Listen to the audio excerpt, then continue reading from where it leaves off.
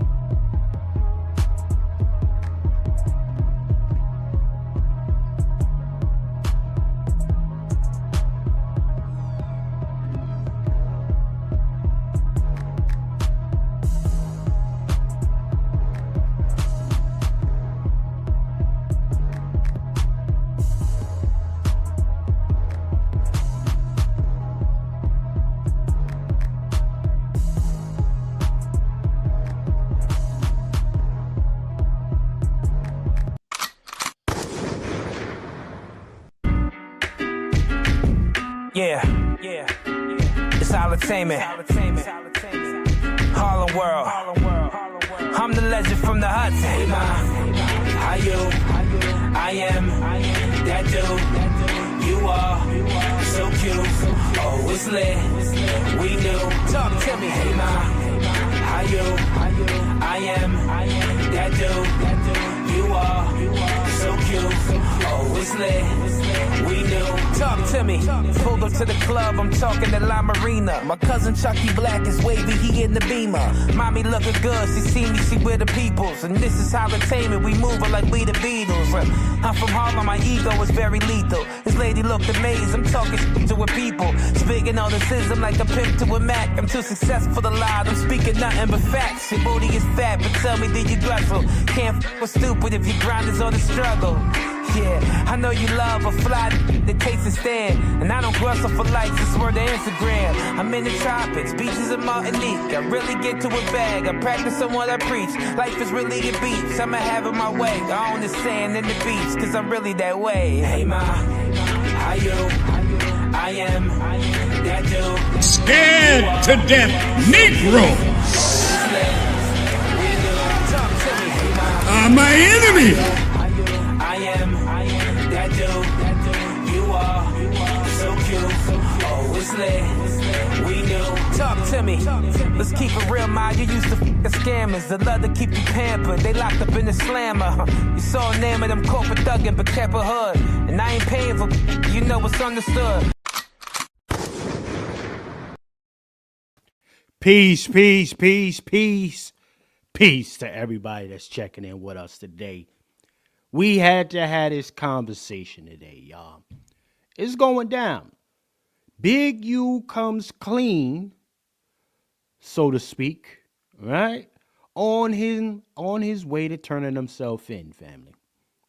And I want to ask y'all, man, is the check-in culture still a real legitimized thing to quote-unquote be semi-proud of?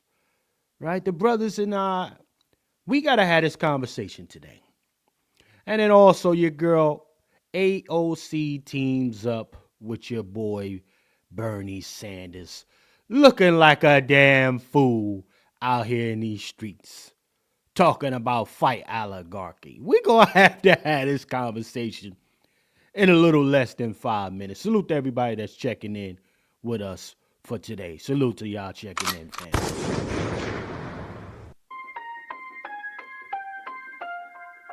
Deion D. Jenkins for president.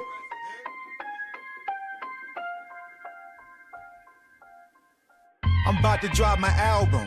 Who needs to go platinum? When you got an NFT, The industry is losing value, and I can tell by the value. We'll be worth $1 billion in 33.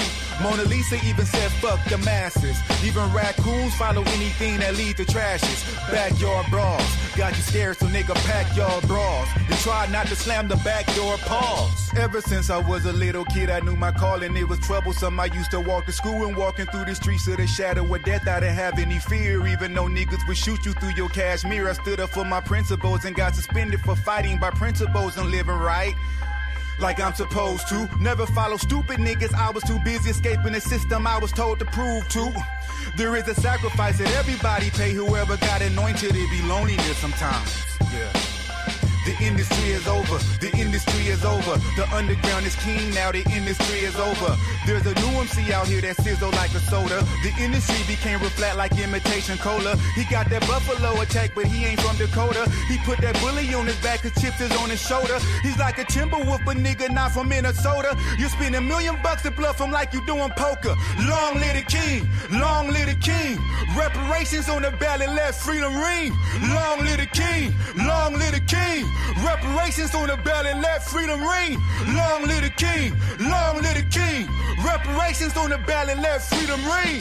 Long live the king. Scared to death Negroes are my enemy.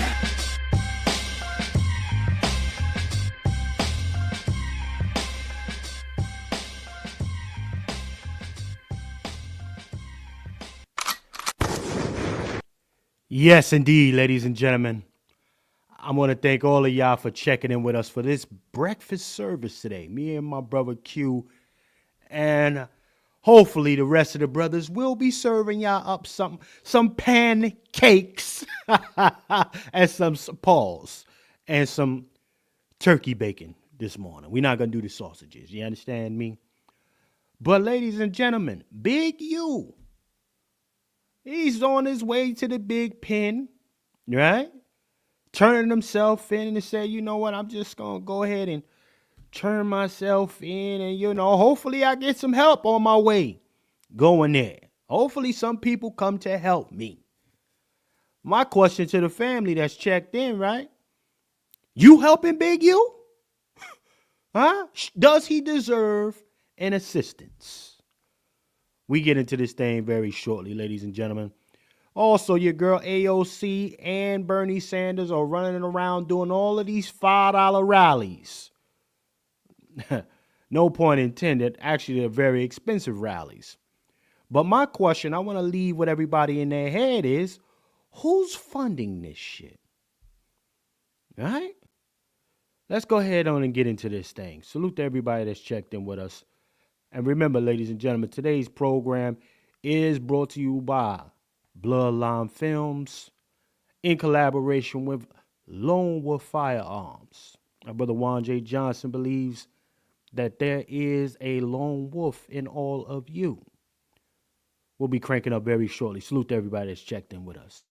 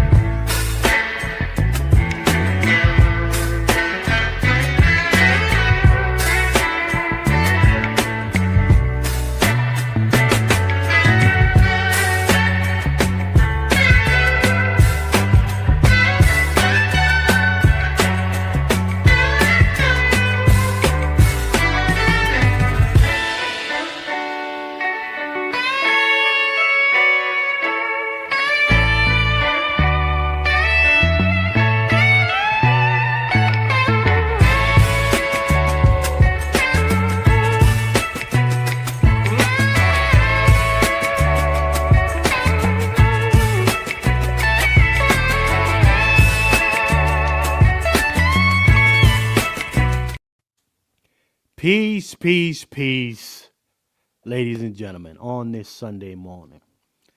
I know some of y'all might be getting ready for church. Yeah, I mean, and, today's service is here. Okay? But before we get too far, ladies and gentlemen, let me make sure I let y'all know again.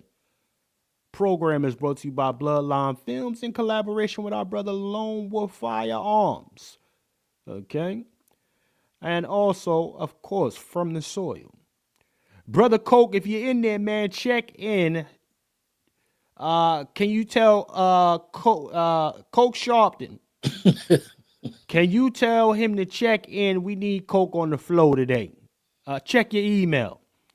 As I was saying, ladies and gentlemen, From the Soil, as well as the Cook Up with Chef C, ladies and gentlemen. Okay, I want y'all to go over there and definitely check that out. Subscribe if you haven't done so. I got a couple new subscribers from the last broadcast. Salute to y'all. We need 50 to cook live. I want all of y'all cooking with your what? Right? Cooking live. I'll make a little note probably in my comment section once we get enough subscribers. And I'll tell you some of the ingredients you'll probably need for whatever the cook-up is going to be when we do go live, ladies and gentlemen. Now, before we get too far, all right, let me see what family is in the building. Huh? Yeah. Let me see who's in here. Little Chef is in the building, ladies and gentlemen. Little Chef is in here. If you're in the chat, let your boy know it's real. Huh? Let me know it's real out here. Let me see. Hold on. We already know we got the guard Q from Nest Talk 2 in the building. Huh? Brother Q. Let's see who else is in here, ladies and gentlemen. Let me see who else is in here. Yes indeed. Sister Q to the scales in the building. Yes indeed. Huh? Okay, we got Queen DW back on the floor with the nigga. Yes indeed, Queen DW. Who else we got in here? We got the Billy in here. What it is? Put you. Salute. The Bill in the building. Salute. Got the young bull in here. Yes, sir. Let's see who else is in here. We got Cut the Check. Cut, if you seen Coke, let him tap in, man. Tell Coke to check his email, family. Huh? Salute to our brother Cut the Check in the building. Yes, indeed. Who else is in here? Who else? Let me see. Okay. Yeah. My sister Star is in the building, ladies and gentlemen. Salute to Sister Star. Huh? Yeah. All right, I think we good for right now. Huh? Shout out to Lil Chef doing what he does, man. Let me see something. Hold on, ladies and gentlemen, before I go to the brother Q. Shout out to my sister Q to the scales supporting the program. Just on GP. Sister Quiet Scales supporting the program on GP. Rock my flex behind. Round of applause. Yes, indeed. Thank you, Sister Quiet Scales, for hitting that Cash App, contributing to the breakfast service this morning. Ladies and gentlemen, if you'd like to be the sponsor of our broadcast today, it will be a small $20 contribution to be the sole sponsor. Anyone that matches that will be the co-sponsor, and anyone who decides to surpass will be the new sole sponsor of today's broadcast. So far, we got one contribution. Thank you, my sister Quiet Scales, for getting us started the right way. Thank you, sis. Okay. Now, let me pull this down temporarily. I gotta go to my brother Q. Q from Let's Talk 2 is in the building, ladies and gentlemen. Brother Q, man. Talk to your boy. Let me know what it is, Q, Peace, man. peace. What's going on? What's going on, Chef C? And Yes, indeed. I could literally smell the maple syrup in the air Ah, this morning. yes, indeed. You know how you done overslept for breakfast, and now you like, damn, did I miss something? Right. And then all of a sudden, after you get the little sleet out your eyes, brush your teeth, comb your hair, and you beautify America with your presence. Right, right. And then you be like, what's that smell? Right. And it's the maple syrup. Yeah. Getting ready for those hot cakes with the slight eggs with cheese. And Ah. I don't know how everybody eats their brunch, but if you eat, I eat. I'm a beef guy. I don't eat pork. Okay. But if you're a bacon eater, you want your bacon fried real hard, Mm. and you could smell the maple syrup in the air. And I do drink OJ, so Okay. I am. Yes, you did. Yeah. I could smell it in the air, and I appreciate that. Our faithful sisters are here. Right. Because Chef C, most of the time, like me and you had talked before with Pat Talk, is they'll hear us go at the sisters, and rightfully so because we know that the sisters follow our lead. Mm. But as you gave the rundown, we're going to talk about this big joker. Yeah. Um, Yeah. and we both have some very very interesting thoughts on him and what it represents because so many times we are told black excellence, Right. Come on. but we have to call out the dysfunction, the despair, the degeneracy in our culture. That's right. We talk about as you always tell us white degeneracy and the systems that have been in place that have been holding us back, but are they really? I see where you on today, Q. I see what you. All right. Let me pull it back. Q on that type of time today. All right, y'all know what it is then, because Q come in peace all the time. Q is that guy. But every once in a while, he pop out. And I'm getting that energy right now. So again, brother, cut the check. Send the SOS out. Send the bird out to Coke. We need him in on this conversation today. Okay. And the wolf. I'm looking for the wolf. Is the wolf dead? The brother Black Lyrin. Salute to our brother Black Lyrin, the young warrior, the young scholar. Check. Yes, indeed, brother Black Lyrin. Salute. But so Q, man, you might as well get. I'm a touching on something real quick. There is many characters, y'all, and I don't know how many of y'all knew about it, right? But there was a character that has always been played on Friday after next Friday, etc., right? By the name of Debo. And I just learned today, okay, while doing this little research and trying to put the program together, that the Debo character was created off of Big U. Right? Essentially, and for those who are under some kind of rock, which is crazy to me, Debo essentially was a neighborhood terrorizer. Okay? Let's keep it with it. Let's keep it right where it is, right?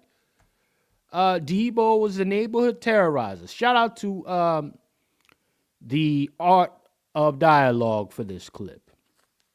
But the brother Tiny right here brings up a story. He says, listen, that cat riding around, messing people up, doing what he's doing, snatching their chains, snatching their bikes, riding off. Yeah, that's Big U. So we decided to create this character off of him. Okay?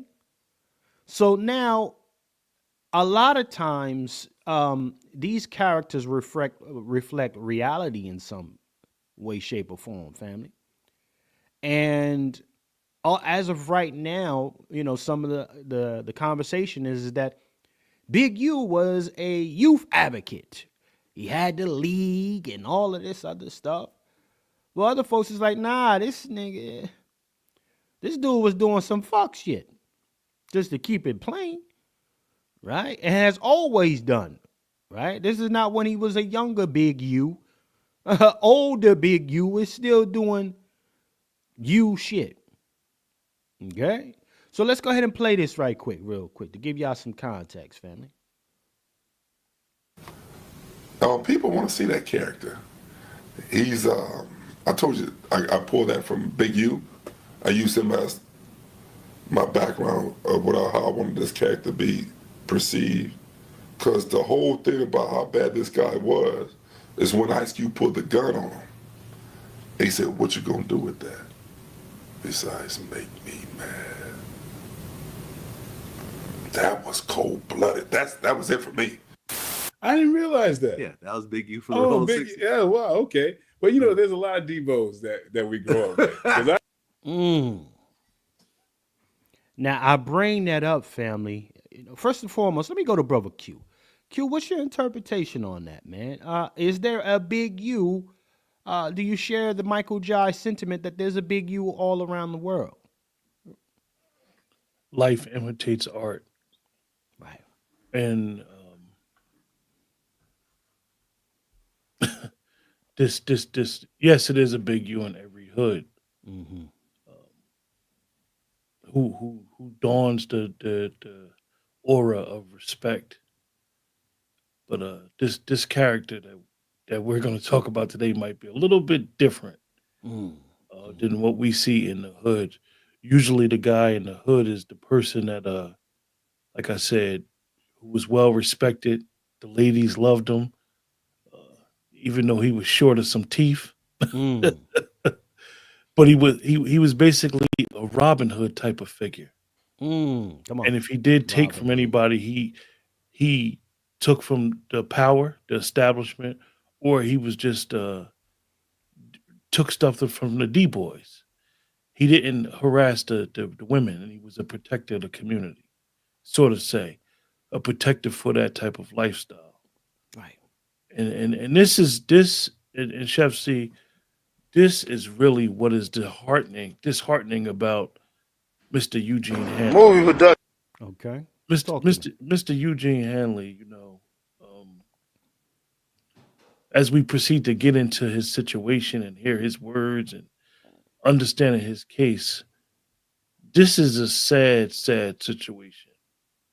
But we're going to call him to the carpet for it. Okay. And because what he has done is what most of the guys that used to be in the street, and I can speak for myself included, he hit the algorithm. He hit the algorithm of being able to turn his life around from being that notorious reputation, Debo in the hood, to being in the prison cell, and to be able to come home and have an opportunity to make a positive pivot. Right. And irregardless of if these accusations are true, there are some major things that Big U did that put himself there. And we're gonna use his words and what he said to show what he did to hurt himself.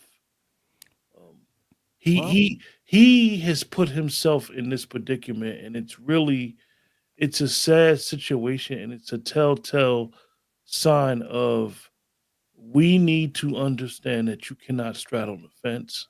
You cannot serve two masters. Come on. You cannot have one foot in the life and one foot out the life. Right. Right. And this is, we all know people that come from our communities that come home from jail, and they do try to get right. But the individual who comes home from jail, he knows how to get himself together and stay out of that box more than any family member, more than anybody whatsoever. He knows how to do it. He knows. And this is where, when I first heard about it, Chef C, to be honest with you, I wasn't surprised.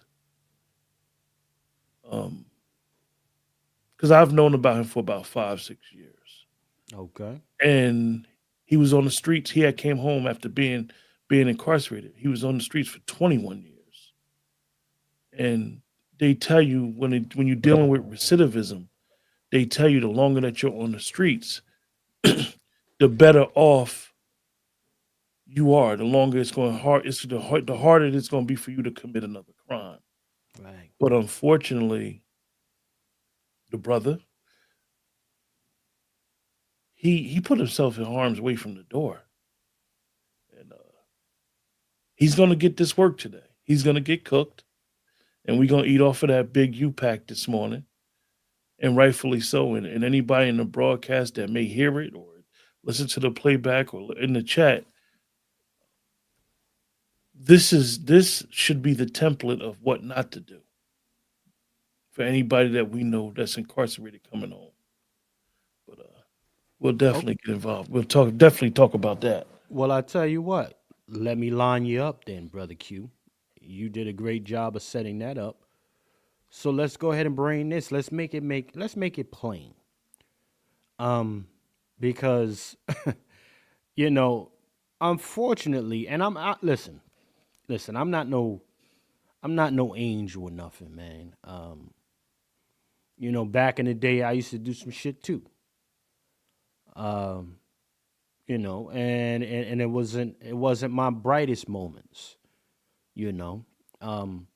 but the last thing I was a neighborhood terrorizer, physically. I gotta premise that physically, y'all. But other ways I did it, and I realized that, and that's part of the reason why, other guys that do switch it up and turn their lives around. Like, I wasn't a super like menace or nothing. I just tried to survive. And a lot of folks that do get into that kind of life, they're doing it to survive. Mm-hmm. And then there's other ones who are faking the funk because they come from privilege, two-family households, or just a well-off household in general, faking the funk. But a lot of us, man, we strive to get out of that shit. Anyhow, I ain't gonna get on my soapbox. So let's bring it up because, again, at some point, our brother Malcolm X said, chickens come home to roost. And that doesn't avoid the black community either. So I'm going to say fair use to this, y'all. Let's go ahead and play this. Movie production in the hood. That's how we do it, man. Top flight, baby. Security. GB running this here movie set in the hood. Come on out here. Coming out here and checking in with GB, getting these movies done. You better know it. Sure. Anytime you want to do movies in the hood, just check it in. We can make sure it's done. Movies, videos. But if you don't check it in, Oh well. Let's go check your ass out. we're gonna check you in, all right. We're gonna check in all of your equipment. We're gonna check in all of your equipment. Movie production in the hood. Yeah, let me hold that right there. We're going to, let's talk about the program. The words that the brothers on the West Coast use. Big U thought he was bigger than the program and that he was the program. And I'm going to talk the lingo that they use for a purpose. Mm. This culture that we've adopted, or the brothers on the West Coast have adopted, of checking in other black entertainers or athletes. This, in order for you to shoot videos, come through, to be on the scene in those areas on the West Coast, is crazy. And the reason why I say this is crazy is because you're literally telling someone that their life, their property is in harm's way unless they pay homage to street culture, Come on. unless they give reverence to street culture. I would say it's crazy, even if it was coming, if you were coming at street dudes, but you're coming at what most of us call, for a lack of better words, you're coming at squares, and you're expecting squares to check in, pay homage, buy uniforms for the football teams, and this type of weird stuff. We only do that to each other. This is black culture sucking black culture for their own interests. This is nobody else. This is real corny. This is real corny goofball stuff. And this just goes to show how crazy it is, because those of the people that was part of the underworld culture, you're on video admitting to extortion. Right. Come on, man. You're on tape admitting to basically what we call racketeering.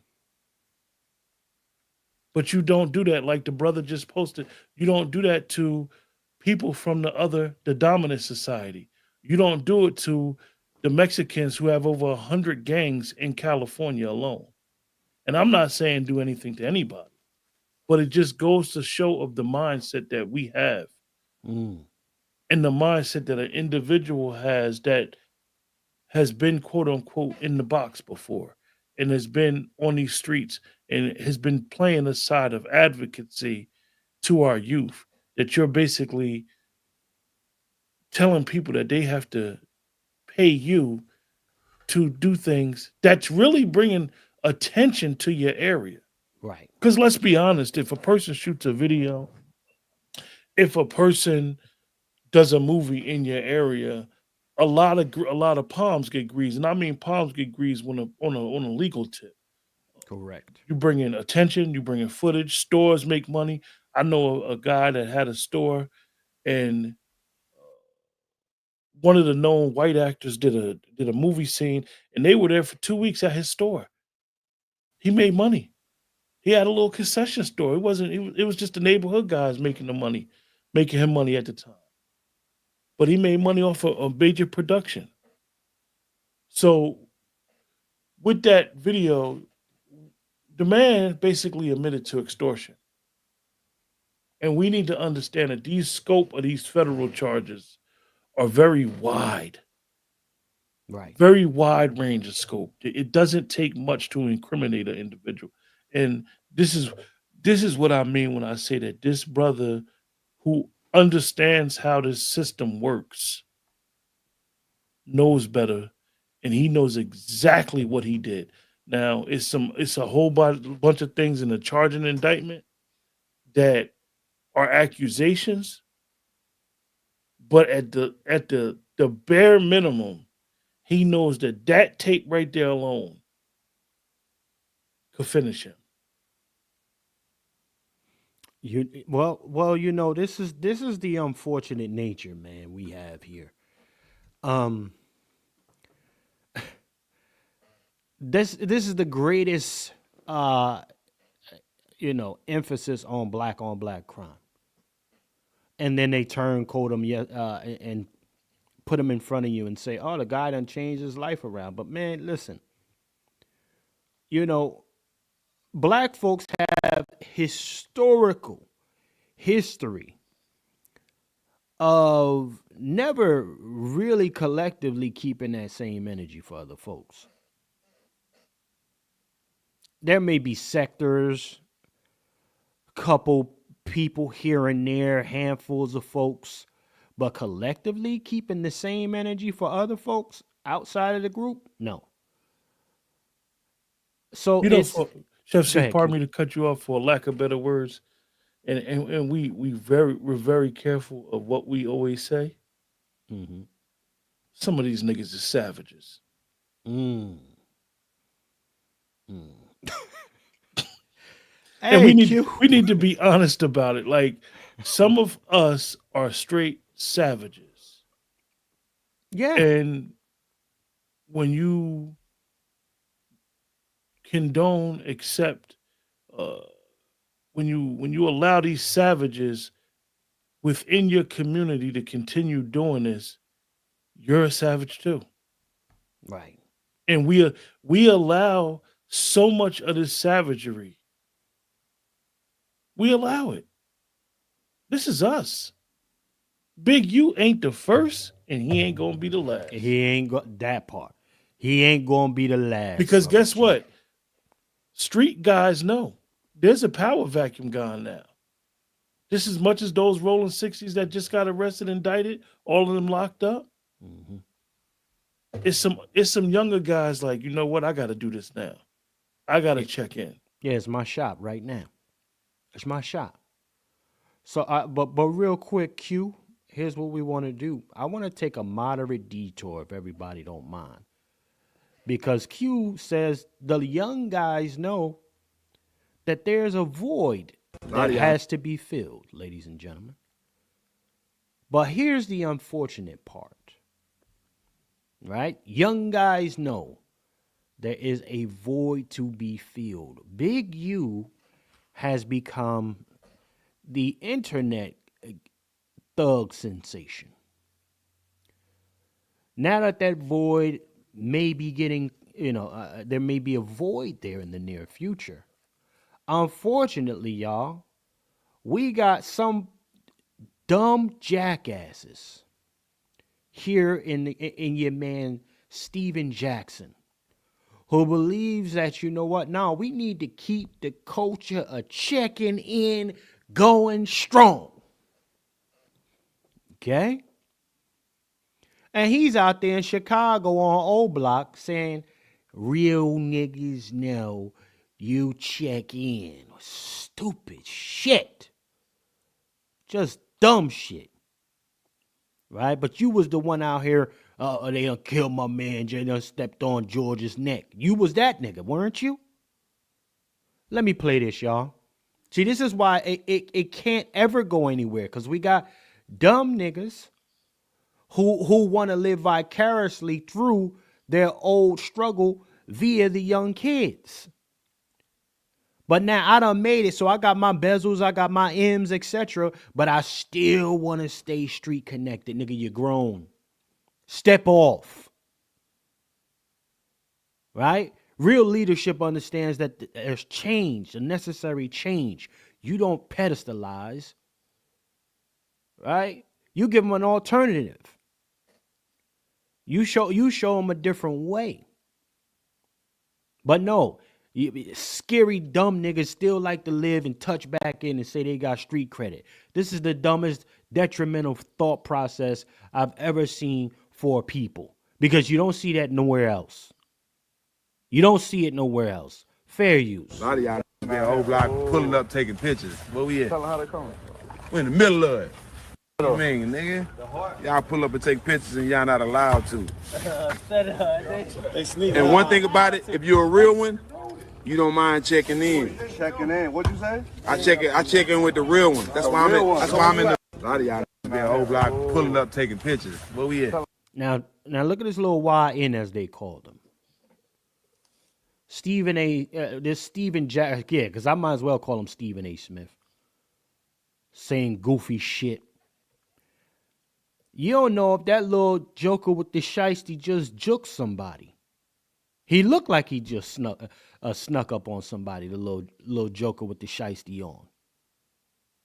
Oh, chef, you ODing. Nah. First and foremost, you're not just going to wear a shiesty just to wear a shiesty. Okay? Look. We're in the middle of it. Look. Old nigga living vicariously through the young. So when I say to you, family, in previous broadcasts, on the flip side of the coin, that a D Wade wants to live vicariously through that trans child that he created through his son, I mean that. We're looking at it right here. Look at the screen. Look what Brother Hannibal put up. These old niggas, man. Let me put this up top. I'm from Chicago. We don't play that check-in crap. Steven Jackson is an idiot for going to Parkway Gardens. He paid them to go there. See? The funniest thing, Chef C, is that we didn't. You didn't tell me you were going to put a video of Steven Jackson up. Now, I'm going to give you guys a little history about Steven Jackson and myself. I know Steven Jackson's big bro. Steven Jackson is from Port Arthur, Texas. I knew about Steven Jackson when he was about 15 years old. Literally, he was a 15-year-old kid. Yeah, he comes from that culture. But Steven Jackson particularly was the one. He was, when I mean the one, he comes from, I know his big bro. He was the one that the community, the gang culture, the mothers, the fathers, he had a messed up situation when he was young. But everybody wrapped themselves around this kid because he had the best basketball talent coming out of Port Arthur, Texas. You know they what? protected him. Bingo. From the BS. And he kept gravitating. This is why when he got to the NBA, he kept getting in trouble. When he went to Oak Hill in Virginia, he got in trouble. But Steven Jackson was the one that they looked at as he is going to be, for lack of better words, the savior of where we come from.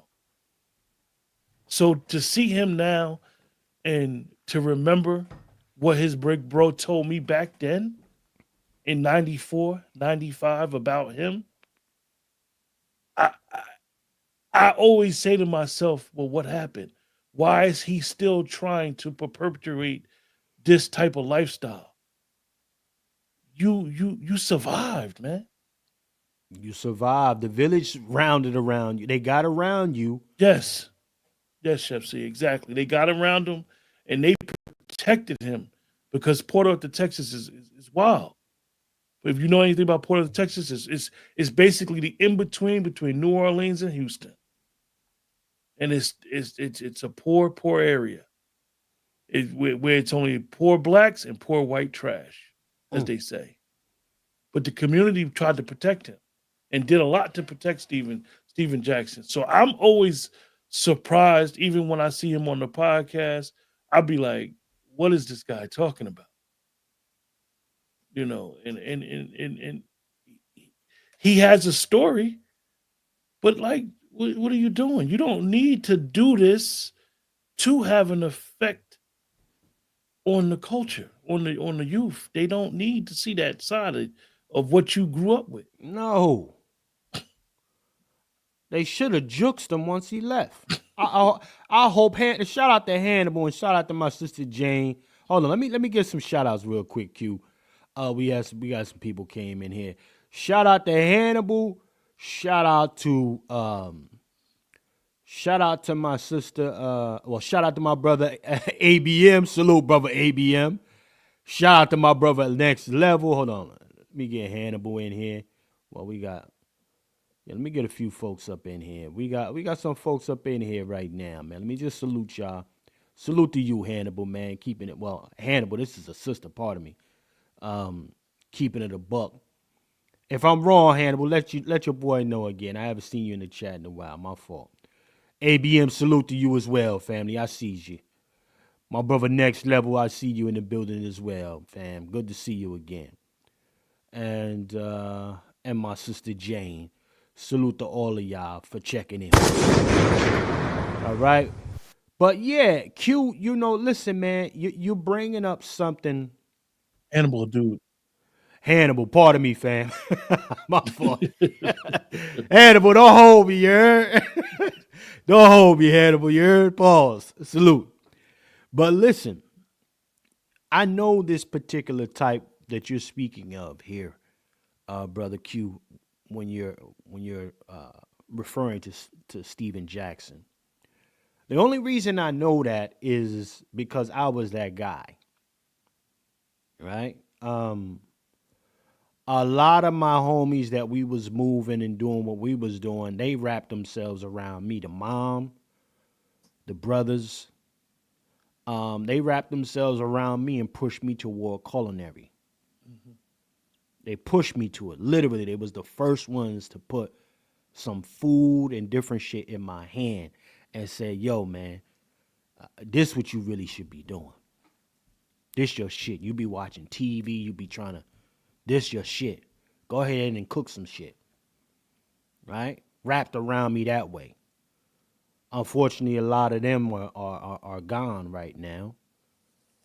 But I know what it looks like when it takes a village. And then I had other people who got around me and pushed me further and also gave me a place where I can mentally settle in and lock harder in on my food. And now I'm doing what I'm doing today at the high level that I'm doing it because of all of these people who played intricate, important parts in my life, bringing me out of there. And now I have the pleasure of having my garden in a place where it all started. Wow. Right? Feeding these families every year, 800 families a year. In the same place where I seen nothing but, I seen walk-bys, drive-bys, I was moving things, all in that same place. And now you come back and you be hope for that community. Nipsey Hussle said it before he passed. He said, when you ever represent hope, where the hopeless at. And I never been able to shake that lyric off of this dude. So I believe one of the brothers in here, or the sisters in here, said that Big U was part of packing Nipsey Hussle up. And I want to go to a clip, Q, before if you got anything else to say before we go, I got a clip, waking that up a touch, y'all. Yeah. I got a clip to wake that up, Mr. Big U, and all these niggas with they checking dumb shit. Okay? So in the meantime, fair use, y'all. Salute to everybody that's in here with us right now. A couple detours I want y'all to also be aware. Your boy Draymond Green and Shaq were both other people that used to check in with Big U. Huh? Shaq, let me show y'all this. Shaq was checking in, my understanding, since the 1990s. And part of the reason why he finally moved up out of LA. Y'all? Shaq was checking in heavy. Shaq, you 300 something. Nigga, you been 7 feet something since forever. It was part of the program. And you checking in with cats? Man, stop it, man. Draymond Green, you the terrorizer on the court. You checking in too? Huh?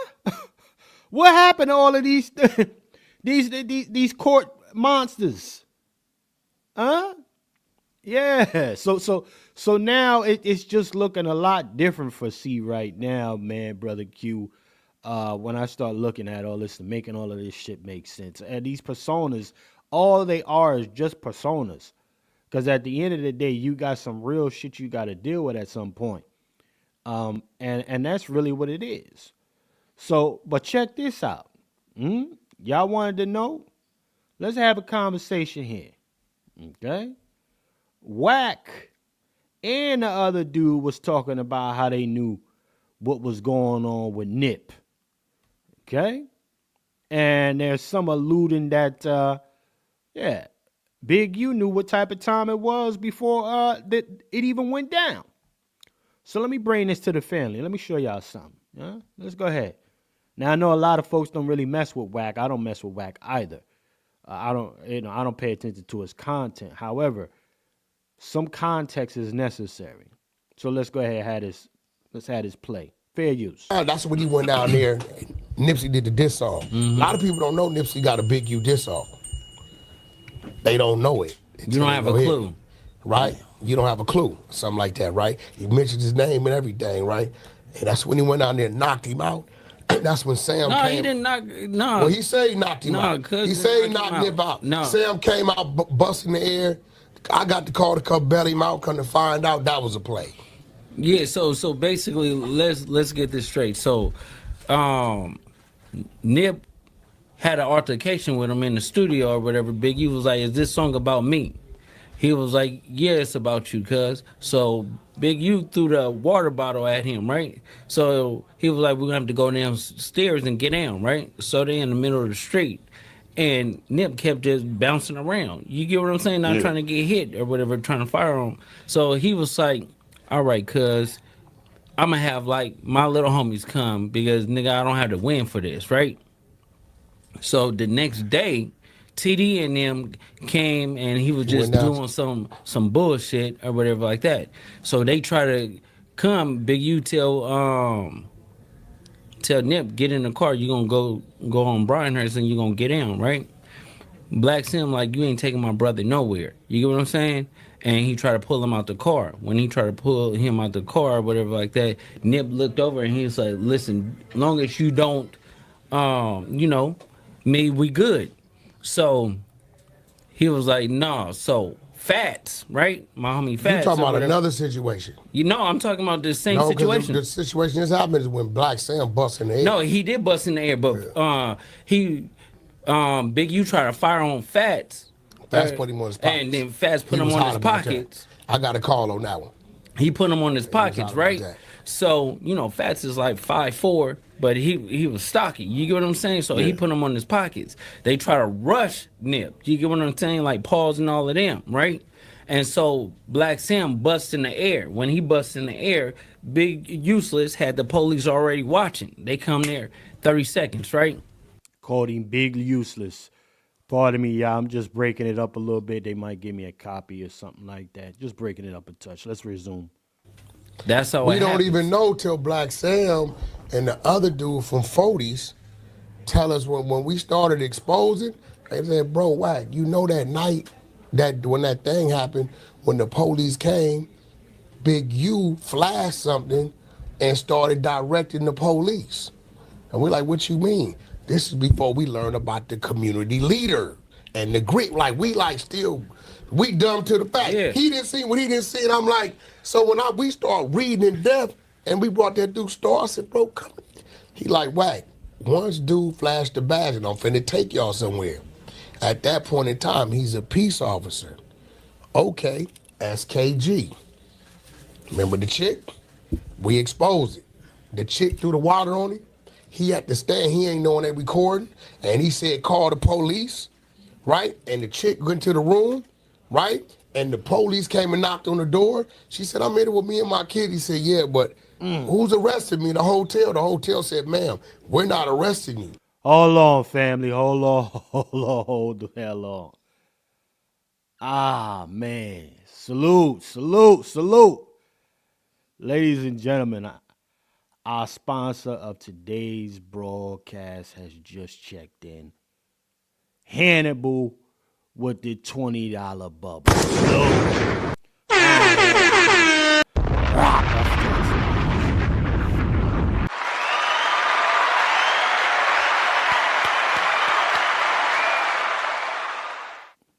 Appreciate you, Bubba Hannibal. Salute to y'all for becoming a new sponsor of today's broadcast. We appreciate your contribution and helping us keep this breakfast service going, all right? So let me play some more of this, and I'm going to get my brother Hannibal up in the spotlight. Salute. Appreciate you, man. The gentleman downstairs is making a citizen, no, it wasn't even a citizen arrest. A private arrest. A private arrest. They cuffed SKG. This was, we put it up. Yeah, they took her to jail because Big U made a private arrest as the community leader. And then tell her the next day, if you want these charges to drop off, come to the hood and catch. Yeah, put it up. This is like, see, this is here. Like, fuck what we talking about. So we. Huh, brother Cute? This is, man. One thing about this, right? And I need to say what I'm about to say, and I need to say it so people could really understand it. Come with it, Q. Gang culture is gang culture. Gang business is gang business. You gotta break Q. That's other stuff. You gotta break that down, please. When you start talking on this microphone, when you start speaking on stuff like this, you have to be only a square. And I say this about myself. Me being a square, me having a square life, gives me the authority to talk like I'm talking now. Come on. These active gang members, these dudes that's banging, they should not be talking on the microphone. That go for Big U. That go for any of these gentlemen here. They should not be talking on the microphone if you're committing crimes, if you witness crimes. This is crazy to me. I've never seen this. Like, I know people that's still in the street or used to be in the street, and it's a phrase. The game is to be sold, never told. These dudes just running around here. Say that one more time, Q. The game is to be sold, never told. Come on. These dudes just running around here. Disrespectful. Committing crimes openly in the gangs and talking on microphones. This is crazy to me.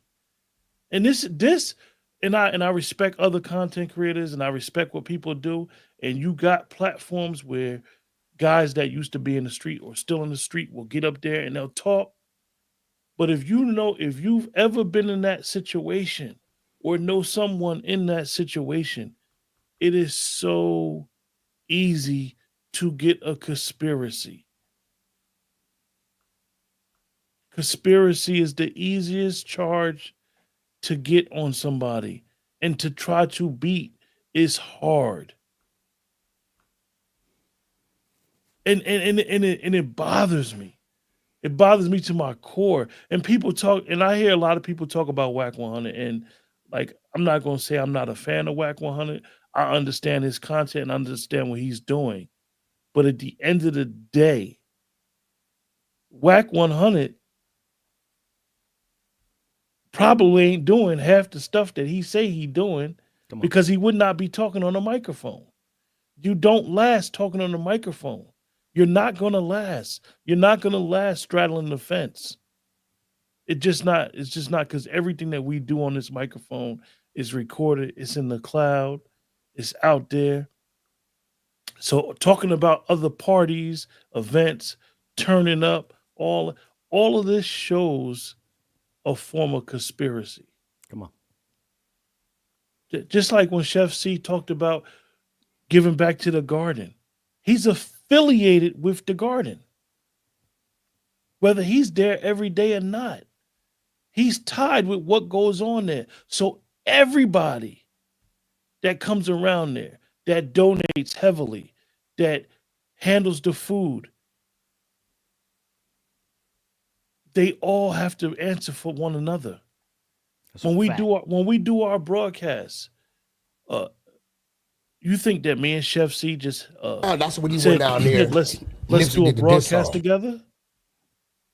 No. Chef C had to find out, like, I need to vet Q. I need to see what he about, to see what type of time he on. Because at the end of the day, he can't, his brand and what he dealing with, it just can't be tied with me if he don't know what I'm talking, what type of time I'm on, and vice versa. Right.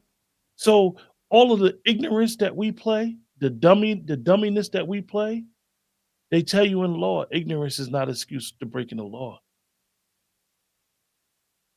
And we love to play ignorance in our community. We love to act like we could straddle the fence and do this type of behavior. And it makes me cringe when I hear dudes self-incriminate themselves on YouTube, Instagram.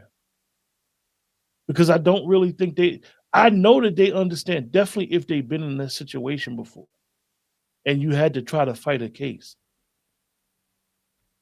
Just the whole thing. And I remember the video that Whack 100 is talking about. I saw the video. And Big U has been known for terrorizing women. You got it's a sister right now that's literally going off about it because she said she's been saying it for years what he did to her. But a lot of times we be complicit because we know the stuff be true and we don't say nothing. Right. And you know what? Let's go a little bit further here. Cause the conversation, you know, they got to do Lucci, I believe that's his name. And he's saying, yo, listen, all right, your neighborhood activist, youth advocate, well, he's responsible for getting Nipsey Hussle moved up out of the way.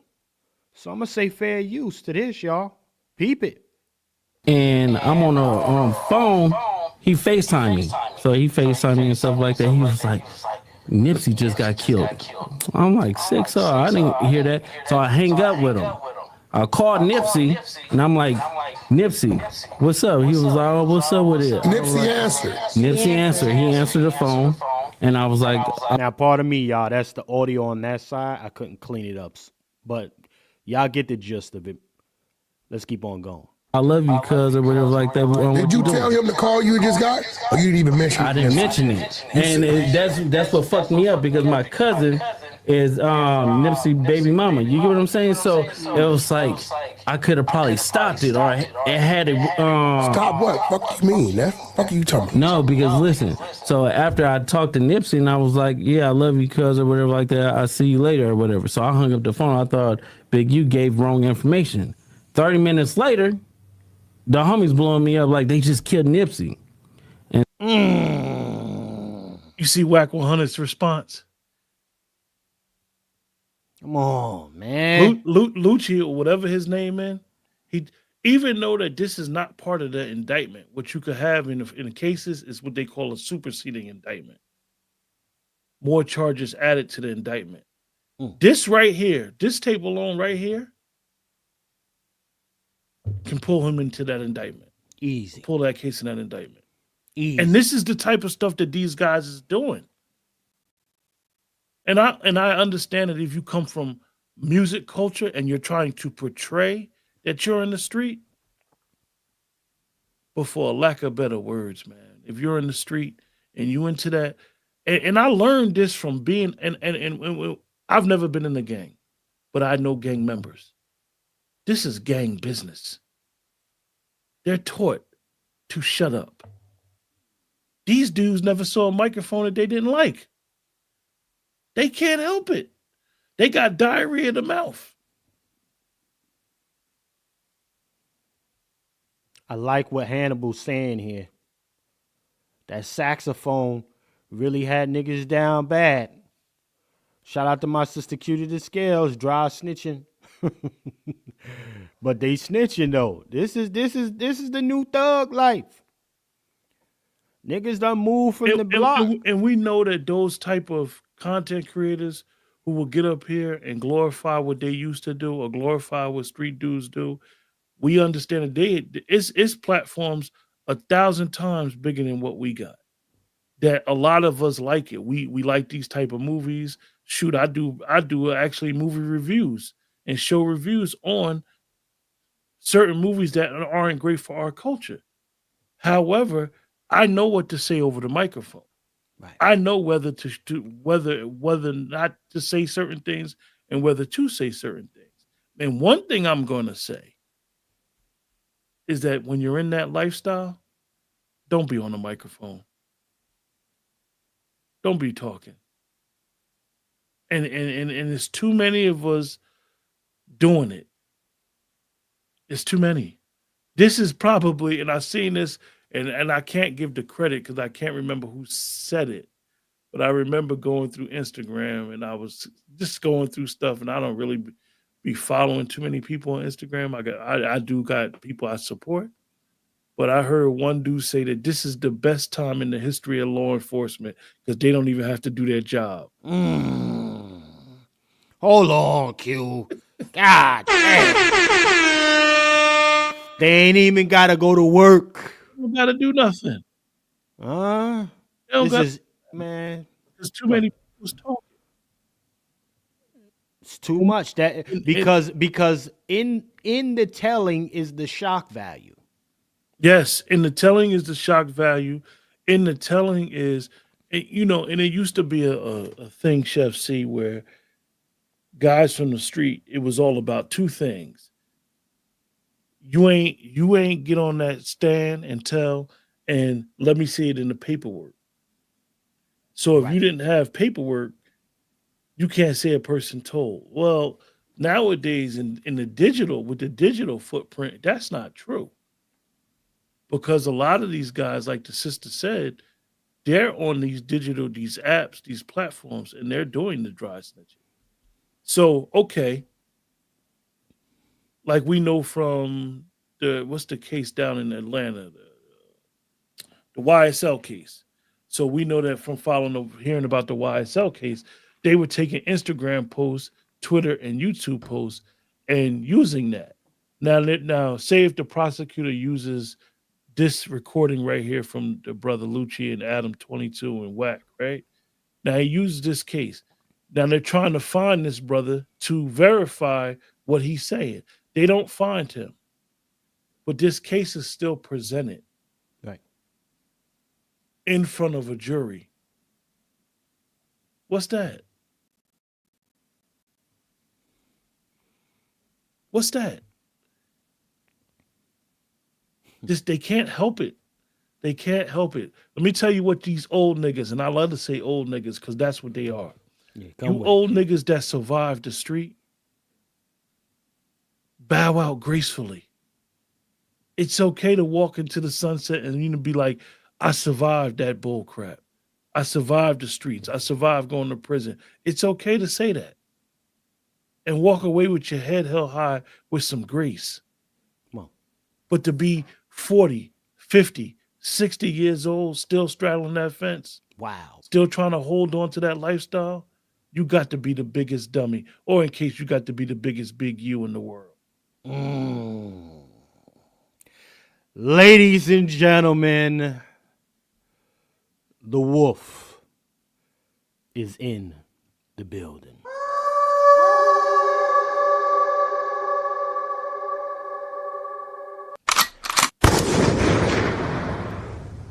Brother Juan J. Yes, indeed. Yes, indeed. Brother Juan J. Johnson has just checked in with us, ladies and gentlemen. Sir, are you up to speed, and how are you this morning, Brother Juan J. Johnson, sir? I am not up to speed, but I saw the invite, so I'm here to share. Yes, sir. Yes, sir. Yes, sir. Well, we are touching in on gang culture for now, particularly in the regard of Mr. Big U. So let me play the rest of this clip here of Loose, I believe. Hannibal, that's the way you say it, right? Loose. He's spilling the beans on saying Big U called him 30 minutes before Nipsey Hussle was deleted, telling him that he was gone, and then he got off the phone and tried calling Nip, and Nip answered the phone call. And after that, it was no more Nip after that. So, chickens come home to roost in so many different ways. Let's go ahead and play this. We'll get you up to speed. And so I'm like, wait. You get a call from Big U telling you Nipsey just got killed. Yeah. You panic, call Nip. Nip answer the phone. Yeah. And you we like were just talking on regular. So it's like at the end of the day, I didn't even think about it because you don't even warn him that you got that call from dude. No, because their relationship was so fucked up. It'd be like they be hot one minute, then they be cold the next minute, and then they be lukewarm. Like you and just 30 minutes after you get off the phone with Nip, he get killed. Yeah, I got it. So you think he hit you a little too early? Yep, he hit me a little bit too early because the homie Shitty double back 3 times. You get what I'm saying? And first he shot him, boom, go into the alley, came back and shot him, boom. it wasn't good enough, and then he came back and he shot him again. But now it's like how did he know? Yeah, no, but that's crazy. It's Hey, y'all heard that? And He when they said say the he's- brother, when they say the brother City, they talking about the dude Eric Holder. That was Right. his name, City. Shitty cuz. Yeah. Yeah. Did y'all hear that though? He said he spun the block a couple times on Nip, and nobody came even after the first. Where the fuck was Nipsey Hussle's security? That's wild, y'all. He was able to go to the alley, come back, dump on him, go again, and then dump one more time. Chef C, you want me to answer where his security was? Well, it was they got the order from Big U. This was gang business. This is all gang business. And I know that we gave a lot of attention to Nipsey, and it's unfortunate that Laura London and the rest of his kids' mothers, they don't have a father anymore. But this was gang business, man. This was all gang business. I know that everybody, it galvanized Black American culture, and we started all saying the marathon continues, and people had the shirts and the Crenshaw. But at a certain point, we need to understand that all of this was gang business. Nipsey just happened to be a well-known gang member who was a rapper, and it got national attention. It's that in itself, I sympathize with Nipsey Hussle because you do get to a crossroads. You coming out of that shit, right? And you gotta either let it all the way go, or it's gonna find a way to drag you back. And unfortunately, in many cases, to the grave. Right? So, he would still always put respect on it, even in front of the limelight. But I had to learn for myself, like, yo, bruh, Chef, just cook, nigga. Just fucking cook. It's amazing because Chef C, I'm glad you decided to do this broadcast, but we can do this broadcast 5 years from now and talk about other people doing the same thing. You are not me, you, Brother Lone Wolf, everybody in the chat, anybody that's going to watch the replay. We are not reinventing the wheel. No. Our parents told us when we were young, you can't serve two masters. You can't straddle the fence. You're either going to be in the life or out the life. You in or you out. Ain't no half. Ain't no half. Because you can't. It doesn't even allow for it. Makes a lot of us feel uncomfortable because leaving the street is not just a physical thing, but it's a mindset. And if you don't leave that mindset and you still hold on to the what we call street codes. Street code is for street dudes. Street code is not for people who understand that they're squares now. And I have no problem at my age saying I'm a square today. I love it. I love the square life. I love getting up and going to work every day. Listen, I'm happy about it. Hey, Q, I love being able to sip on my lemon and ginger with the agave infused beverage right here. I love being able to sip on shit like this. I love being able to go to the water and sit over there and not worry about having to look to see if somebody catch me slipping. That's the key word you just said, Chef C. Catch me slipping. You don't worry about that. You don't have them problems. You don't have to duck your head down. You can wear what you want to wear. And I know that, different areas of the country, the color thing is different. But on the East Coast, it's not really a color thing. But you don't have to worry about whether you could take this job because you can't go to this hood. Like that when you are in the street, yes, your awareness, your head is always on a swivel because you know how it is. Eat or be eaten.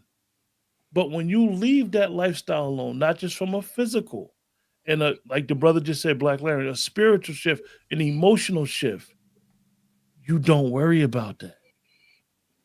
And what's unfortunate, and to get back to what we were just witnessing, a lot of these brothers is still in the game, still in the street, and they talking. You niggas talk too much. You talk too much. We ain't niggas ain't never sassy, gossipy ass niggas back when I was. Anyway, go ahead, Q. And it's sad because I remember back in the day, and I'll make Brother Juan laugh, right? I remember back in the day when Whisper 2000 came out. And we was on my little area I used to hang out at. We was on what we call the block, right?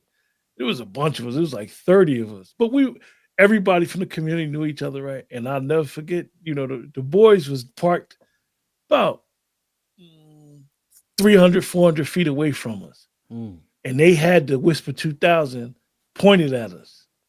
And, one of the old ladies, as they do, came past their car and she seen them with that microphone.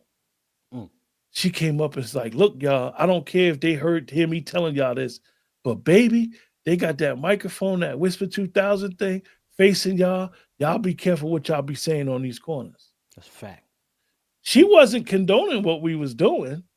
She wasn't like, look, like, yeah, I know what y'all. She just said, y'all talking on the corner.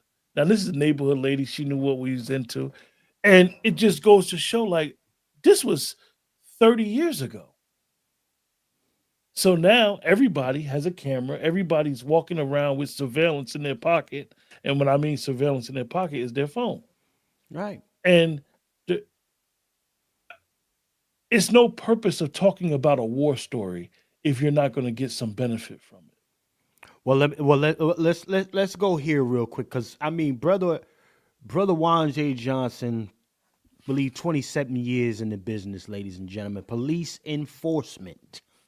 Okay, that's a different perspective that needs to be had in this conversation. Okay, and I need to ask the brother Juan. I mean, gang culture. I believe you were serving the D.C. area, the DMV area, sir. Right. What were some of the things that you saw, and did you have to work?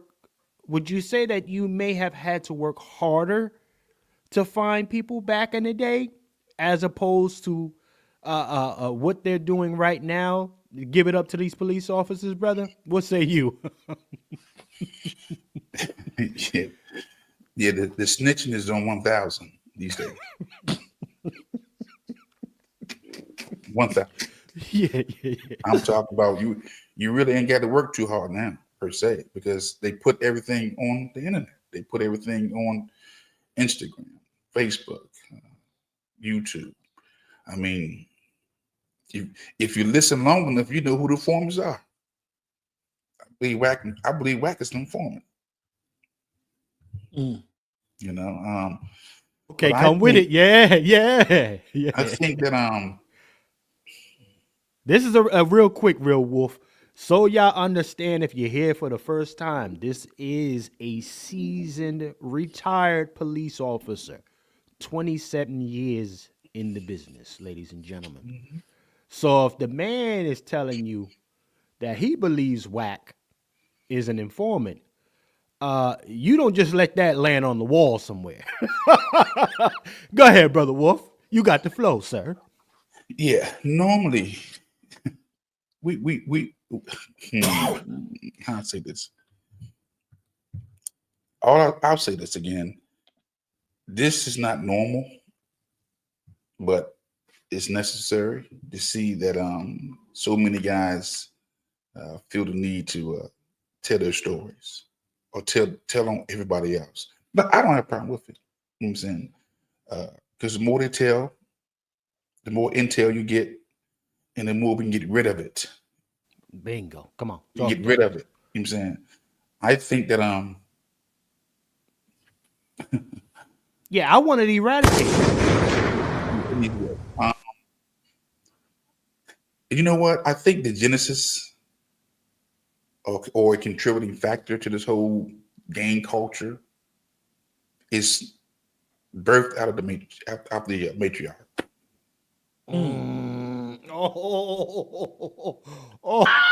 It's Pat talk. Because when you have a male in the house, he gonna check that behavior. Think about it. You got a father in the house. Now we ain't doing no gang culture. We ain't doing no gang. Ain't no initiation. But you got that female in the house running things. Boys will be boys.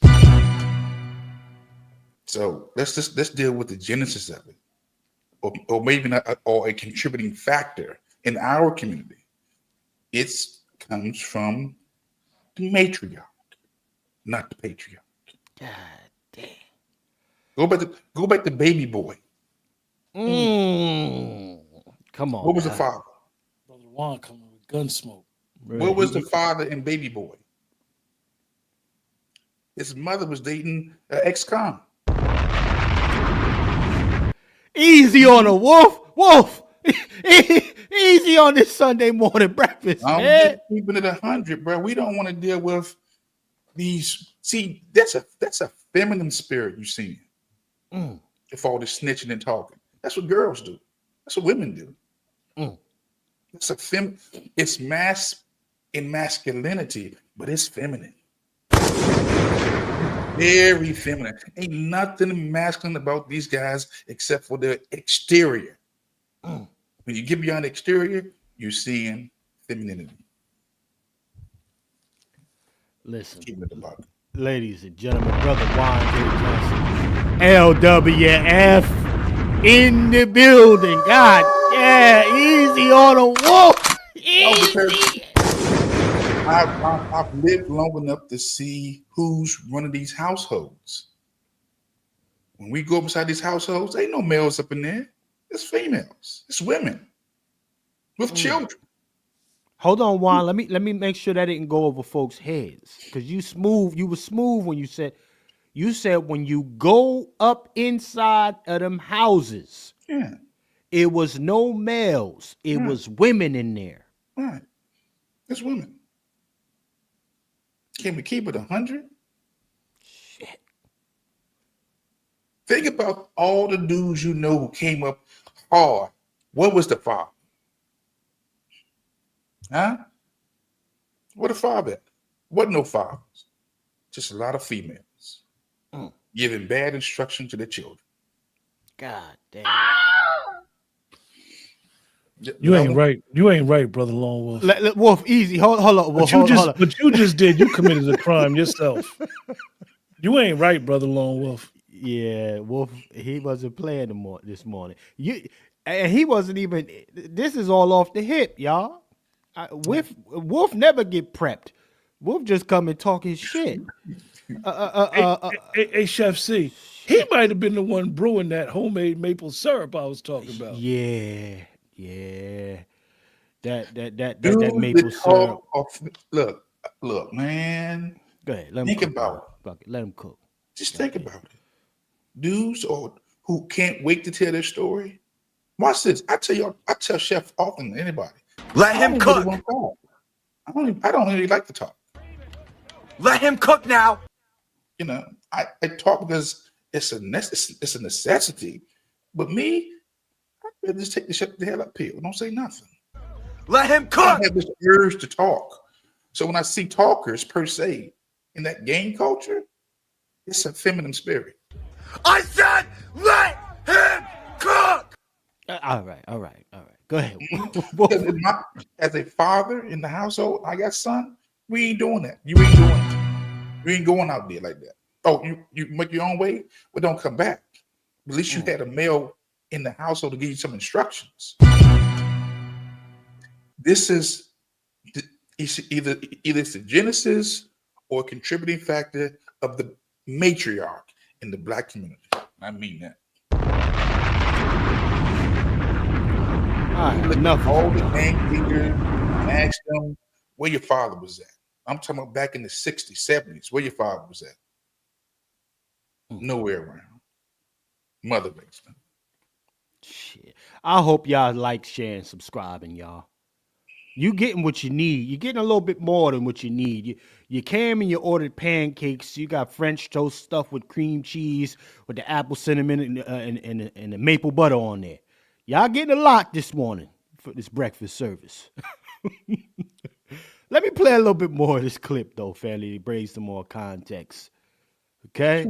Blame women. Blaming no women, immortal Miller. I'm telling you, look, you know what? Until you become the police and see what I've seen, wasn't no males in the community, but on the streets, at the convenience stores, in the parks. What are you saying, Slim? Whoever this immortal melanin is, I don't blame no women. I'm telling you what I've seen. I'm giving you a first-hand account. There were no males in the house, Slim, or ma'am, whoever you are. You blame no women. I'm identifying the problem. You can't you can't solve a problem till you identify it. And most of us are in denial. I'm not beating up on no women. I'm telling you what I seen, man. Ooh, Bunker TV. Let me read this off Bunker. My son followed his mom's BS, and now I'm intellectually left to bail him out of his feminine delusion. Easy, Bunker.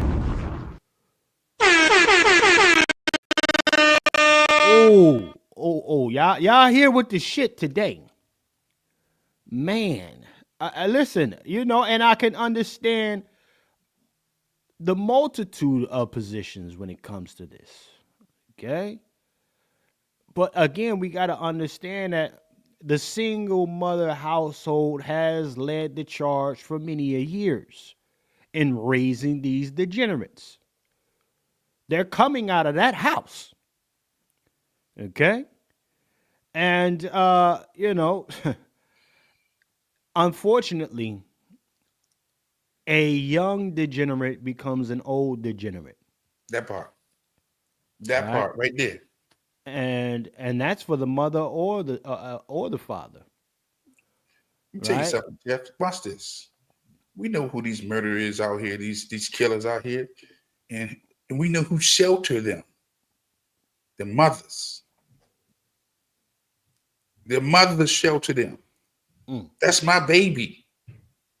Miss me with that, man.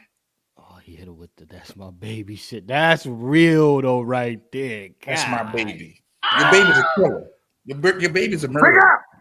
It's my baby, boss. So Lying, I'm the father of that baby, boss. Boss. This gang I'm that culture baby's daddy. is derived from the matriarch, and I mean that. Man, let's play some more of this. Oh man. But that when I really sit back and think about it, I mean, we hear about the single parent home all the time being led by the mother.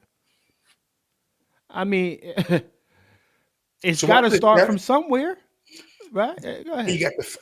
He has to find himself. He searches for his identity. I can't raise this boy. So he goes to the streets to be around males that wasn't in the house. Do we not see the connection? Let's address this here, Brother Wolf. You can't play the blame game if you're not fighting for your rights to raise your child. That's just the earth. You talking about you can't play the blame game. Ain't no blame game. We identified the problem so we can fix it. What are you talking about? Ain't no blame game. See, that's the problem. That's one of the challenges in our community. We don't want to accept the truth. We hate the truth. People who speak the truth get deleted because we can't stand the truth. Miss me with that blame game. Check this out. Nobody.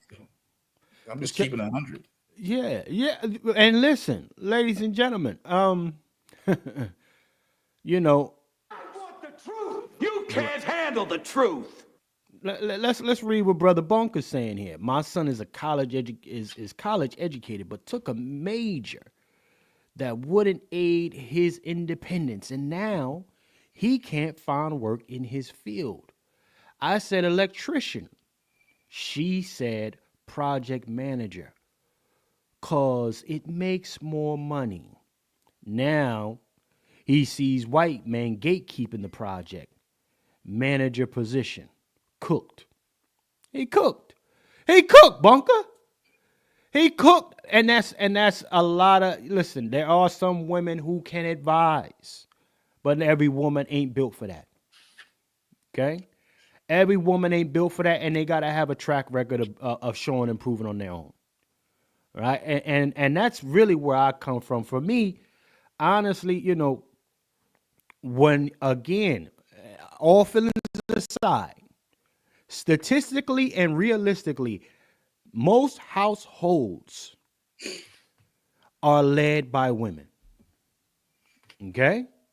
And they're raising those children because we hear and see the single mother household. You rarely hear about that single father, right?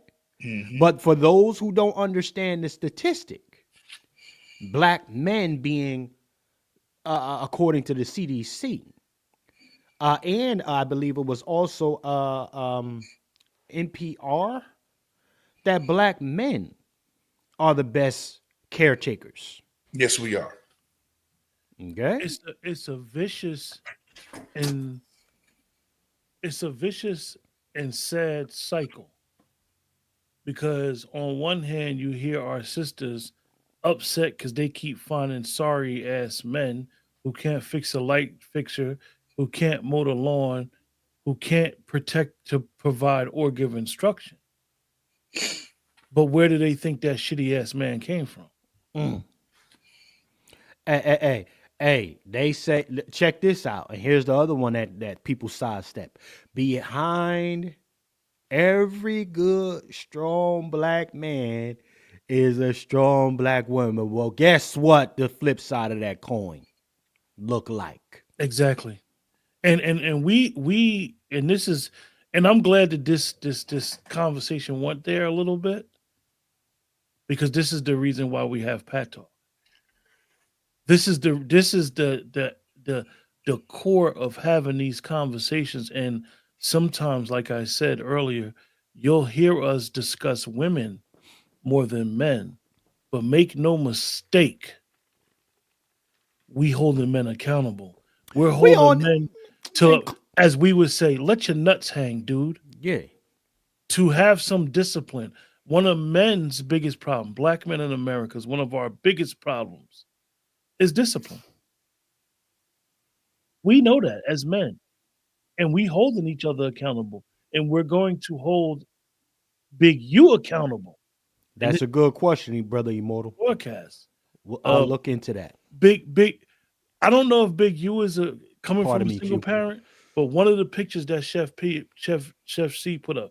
Chef C, if you don't mind, put the picture back up again of a Big U.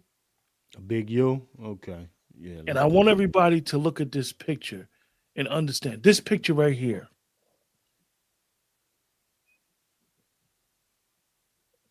This brother was home for 21 years after being in a jail cell. His old lady held it down while he was gone. Y'all know why he's wearing a LA Chargers hat? Last year, his son got drafted to the NFL. Big U broke the algorithm. He survived the bull crap, and still his family was intact to where his son became a professional NFL player, but he continues straddling the fence. This is the bull crap that we have to stop allowing to happen in our communities. Yeah, I and salute to everybody that's checked in. 110 plus in the building with us right now. Yeah, y'all in here. You know what? Q, that's a good setup. Let's go ahead and play this. And the Bunker TV, you catch the replay, family. We touched on that Debo. I played the whole thing for that. So when you catch the replay, you'll see that, family. let me bring this up, y'all. Let's make this. This is my last video before I turn myself in. I'm with my family. Talk to my sons. I talk to everybody, man. I'm just saying, going to deal with this fight, see what it is. I just want y'all to know, all this stuff is quagmire. Shit is all bull crap. I just need y'all prayers. I need y'all to... I don't even know what to say. Now, 21 years, I've elevated my family. Come back, sit in here and write and do what I need to do until I can come back home. People are supposed to help me. I hope you help me. If you can't, you don't worry about it. A lot of stuff y'all hearing is straight trash. And I appreciate the love and I appreciate the people who've been helping me. I don't know. It's hard helping black people and not being hunted. Wait a minute, nigga. That get me hot right there. It's easy to punch down. Debo. I never liked bullies. I never liked bullies. That's one thing I did when I was younger. I might have did other shit, but I never messed with people that were smaller than me. I would fuck a bully up. Happily. On a regular. Right? And to now use this to try to go ahead and use the typical trope. It's hard helping black folk. Nigga, you just was the jukes man, Mr. Check-in himself. How that's helping black folks, Mr. Check-in? Sit your silly... Martin, help me out. Man, sit your dumb ass down. Pack this nigga up. Get him out of here and people like him. Fuck is you talking about? Let me play... let me get back. Pardon me, y'all. I don't like when people do shit like this. Chickens coming home to roost on your weird ass. You can hold that. For doing it. It's First Street. It might be to, I don't know if it's to the right or the left. Reach out to anybody who can help me, y'all. You hear me? Help my own family. Appreciate. What about them other families that you was wilding with? Huh? You laid some people down, allegedly. Right? You stuck some people up, allegedly. You made some people check in, allegedly. Right? They're paying you a tax. They paid you a tax when that money could have went to probably one of their kids' funds. To quote unquote check in to a neighborhood you don't entirely own. You may have your name on one deed on that entire block, but niggas gotta check in. This is the dumb shit I talk about here. What say you, Brother Juan J. Johnson? Man, I mean, it annoys me with this mentality. Niggas got nobody else. Steven Spielberg, nobody else got to check in, but black folk. This is stupid shit. Go ahead, Brother Juan. I really can't. I mean, it's just it's ridiculous. Check in.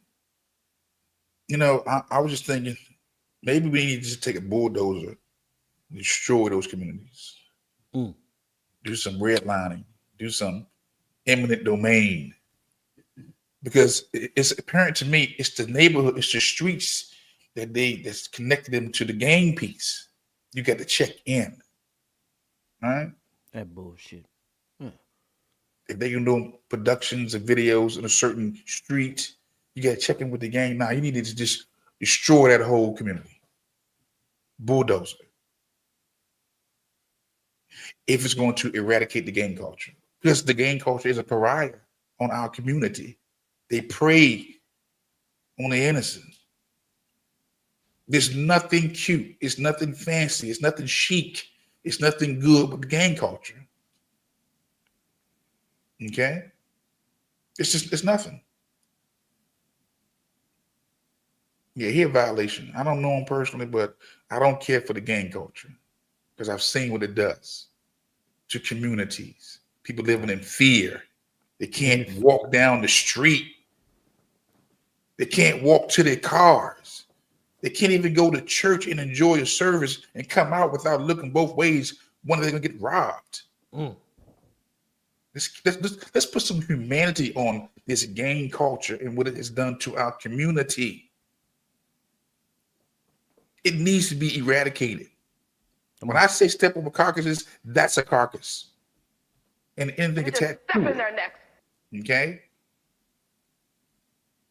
Man, I know of 15 to 20 churches in the block radius, and they're afraid to come out because of the gang culture. Right, man. What the anyway.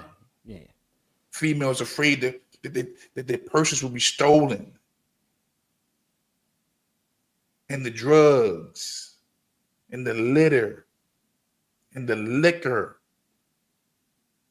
Okay? All attached to the gang culture. This disrespectful. They are lauding to themselves. And you know what? They fuck the police. Okay. They don't stop. No. Say that again, Wolf. Fuck the police. Be the main ones calling. Man, you don't know how many bodies I done held in my hand. You don't know how many bodies I've held in my hands from being shot up in the streets. Tell a little youngin', just breathe. Just breathe. Come on, breathe. It's gonna be okay. Just breathe. He telling me, I can't feel nothing. I can't feel nothing. Okay? Gang culture. Miss me. It needs to be eradicated. That's right. Today. Fact, ladies and gentlemen. Better understand that. Everybody don't rock with this shit. Yeah. Everybody don't rock with it. And you know what? I'm going to say this just so respectfully to the ones that's doing it because they have no other choice. And when you get to a certain age, I'm going to say this. You do have a choice. Okay? But there are, at certain age limits, there are no other choices. There's no other way. Up until I'm going to tell you straight like this. Up until C was about 13 years old, I didn't really move too much out of a 6-block radius. You understand? Now, I know I really don't be giving too much of my personal shit on the line, but it becomes that because you are literally a product of your environment. You become that, ladies and gentlemen. And when there's no other alternative that's substantial and sustainable, then that becomes the only thing you know. For the ones that's in the chat, I haven't looked into the chat yet, but for the ones that been through this stuff, y'all know what I'm talking about. A lot of cats that was in that didn't do it because they wanted to. They did it because they had to. It's all they knew. And the first opportunity they found or had to get away from that, they got away from it. Mm-hmm. And there was some casualties of you becoming the one to break out. There will be some cats that'll be around you for the cats that know what I'm talking about.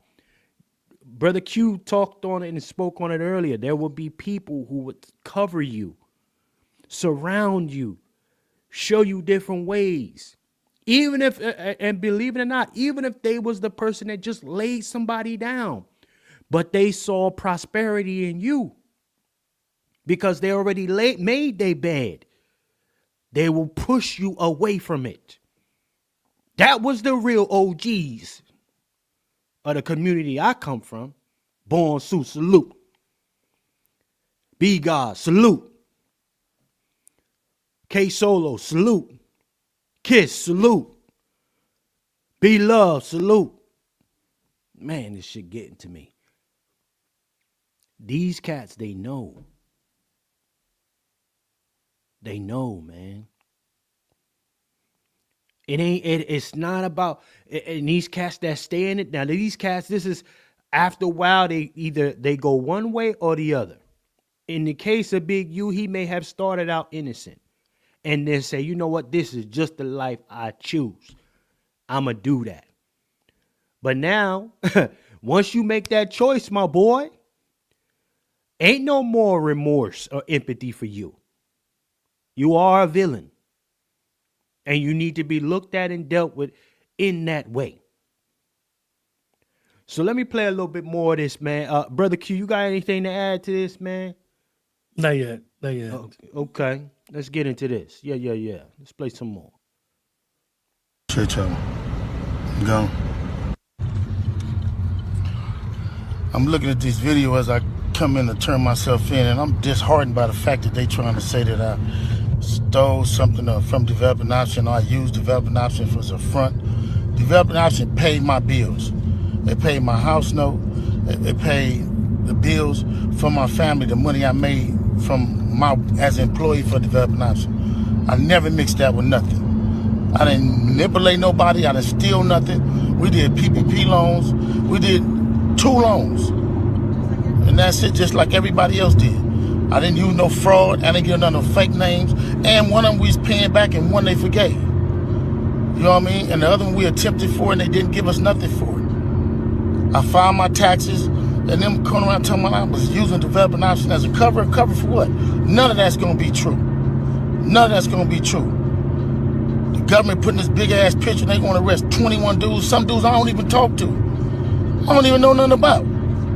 So how the hell you going to lump me in with all them? But it's all the big picture, though. It's all the big picture. Now I'm gonna be sitting in here. It's gonna be years on my life. Then you going to get dudes who I don't even talk to. What they gonna say? You ruining people's lives. I heard it's over 21 people that's been arrested. This shit wrong. It is what it is. Church, just pray for me. Pray for me, pray for my family. And you look at what we did. You look at what I did. I've been home 21 years. It ain't over, though. That's what it's not. Blessings. I'm looking at all these charges on the news. It ain't over, though. What you say, Q? Salute to the 120 plus in here, by the way. One of the things from the experience of an individual that been behind the wall is no matter what situation that you have, no matter how much money you got in your account, no matter how many visits you got, no matter who you is in the cage, make no mistake, being behind a wall is in a cage. It's a prison within a prison, and it's a city within a city. No matter what you have, no matter what is going on, the one thing that you have is hope.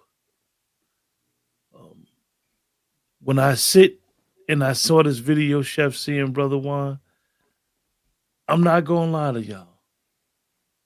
A tear ran down my face.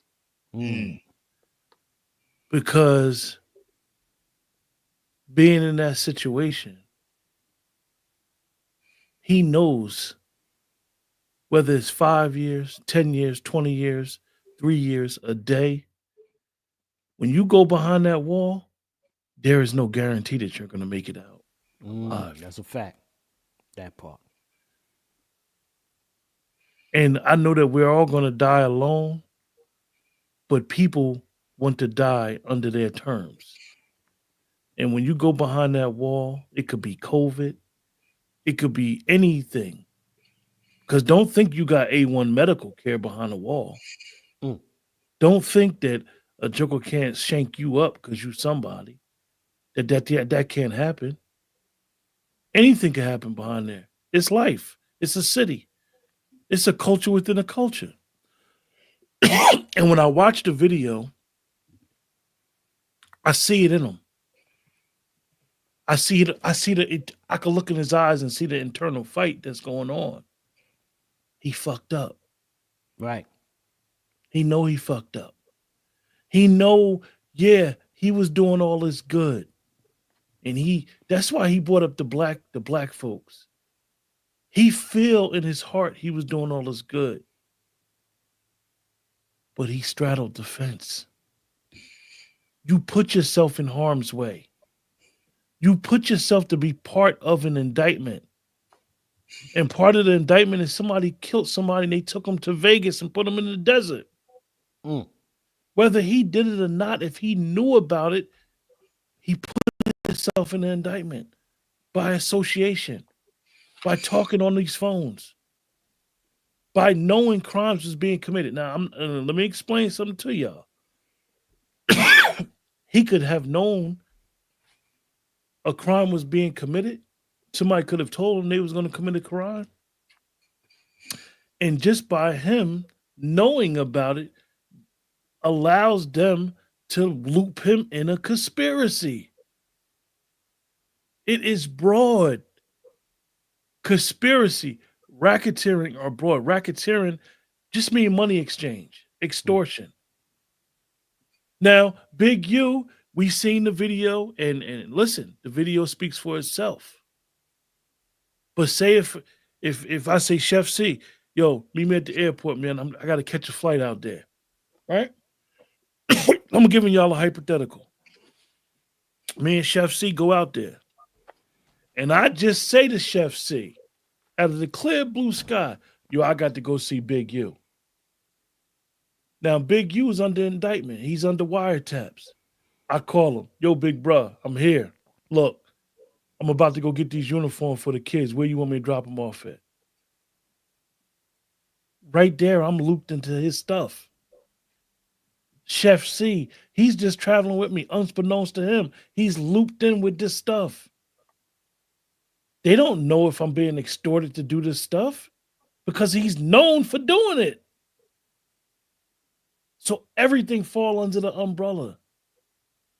So to watch this video, to have his family there, he know this could possibly be the last time that they're ever going to see him as a free man. He know, Q. He know. He know. Yeah, he already admitted to it. This ain't no smart dummy. This is a dummy that was acting smart. If he's smart, he would not be talking. Everything that he says will be used against him in the court of law. Where your lawyer wouldn't be telling you to do a video. Tell you to shut the See, fuck I see a dead man's confession right now. That's what I see. A dead man walk. His lawyer would have met him at the courthouse and be like, I'm going to bring you in there myself. But see, that's that power of social media. When you have to put your stuff out there so the people can judge. Yeah, judge by the public. You know, I Public got to say opinion. something. No, you ain't got to say nothing. With those charges you got, you ain't got to say nothing. My lawyer speaks for me. Plead that fifth. Okay. But again, the power of social media. I got to get no, you don't have to get your story out. You need to be advised legally. Shut the hell up. And what's going to happen? What's going to happen? And let's talk about how the federal guidelines work. The federal guidelines work where they have to give you an amount of time, no matter what, and you got to do 85% of the time. So based off of this is a gang situation, and he's not a first offender, he fits under the criteria. This is a death sentence for him. It's a life bid. He knows that, y'all. And I know that you read the news reports where he's facing up to 20 years. He is eligible for enhancers. He does not have back in the day, it used to be a thing called aggravating and mitigating factors when it comes to sentencing. But because his stuff is looped in with what he was doing with community, that's all falls under that. So it will be no mitigating factors if he gets sentenced or if he has to cop out. This is a death sentence. He knows it. No, look, I think they said that his DNA was found on the body of one of the. His DNA was found in the hands of the person who was killed, meaning the person was able to grab him and try to either push him off or something, but his DNA was in the fingers. And they literally, had to order him, Big U, to give his DNA out. Okay.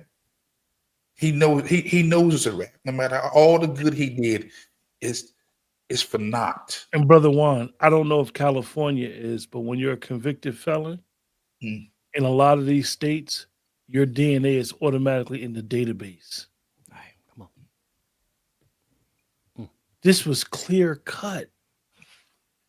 The video, like, and I'm laughing from crying. And I know that Ebony said something very interesting. And some people just are allergic to peace. Come on, Ed. Some people just are allergic to peace. And that's why you got to raise up the righteous folks to put down those non-peaceable people. You ain't reinventing the wheel. You ain't doing nothing foreign. You're always on the radar. Anybody that knows about that box, it's just amazing to me that anybody, why would he ever think that he's not? And I'm not saying that a person can't come home and change their life around and have a redemption story, because it's easy to do. But your head should always be on the swivel and always know who you can be around and who you can't be around, who you could talk to, shake hands, do all this stuff. Affiliation is one of the biggest things that we all learn about. Right.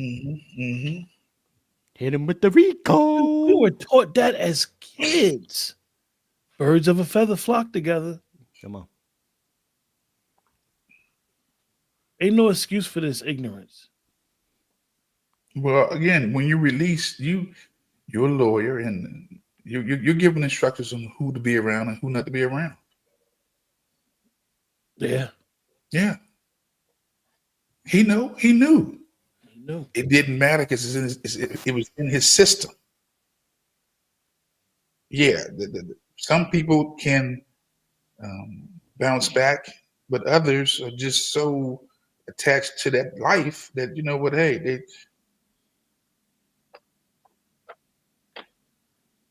they don't know how to release themselves from it.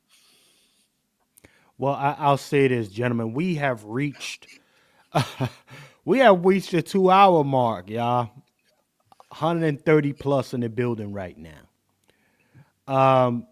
Listen, I think we touched on this as much as we can, but in order to keep this broadcast going, we need 5 contributions. Okay? To get into that other half. If not, I'll do it maybe later sometime this week. Bernie Sanders and the AOC, quote unquote, fighting the oligarchy. Get that bullshit out of here. Anyhow, to keep it going and going right into that, we're going to take a small intermission, ladies and gentlemen. We definitely appreciate your contributions and support for the program. 5 contributions keeps this program going, ladies and gentlemen. So we're going to take a small intermission. Salute to everybody that's checked in with us right now. Salute to y'all.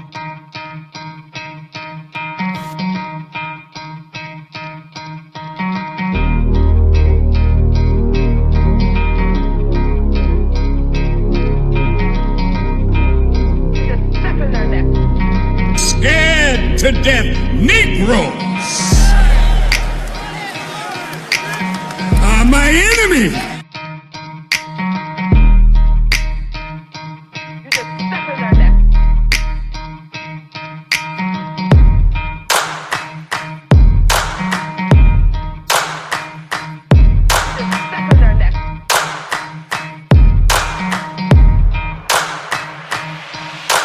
You ain't black.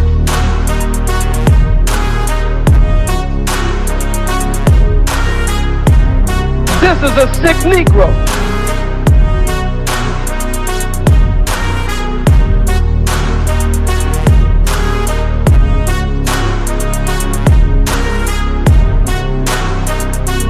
You ain't black. You just step in their neck.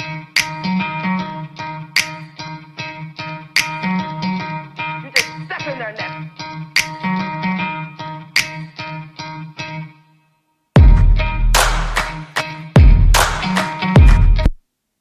You just step in their necks.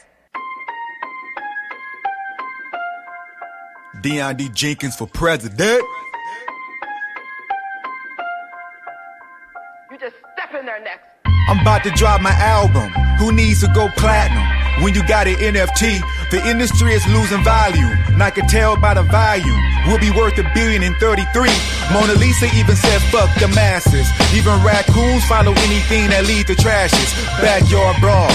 Got you scared, so nigga pack your bras. And try not to slam the back door pause. You Ever ain't since black. I was a little kid, I knew my calling. It was troublesome. I used to walk to school and walking through the streets of the shadow of death. I didn't have any fear. Let's sit your Even though dumb niggas ass would shoot down. you through your cashmere, I stood up for my principles and got suspended for fighting by principles and living right like I'm supposed to. Never follow stupid niggas. I was This is too a busy sick escaping the Negro. system I was told to prove to. There is a sacrifice that everybody pay. Whoever got anointed, it be loneliness sometimes. Yeah. The industry is over, the industry is over. The underground is king now, the industry is over.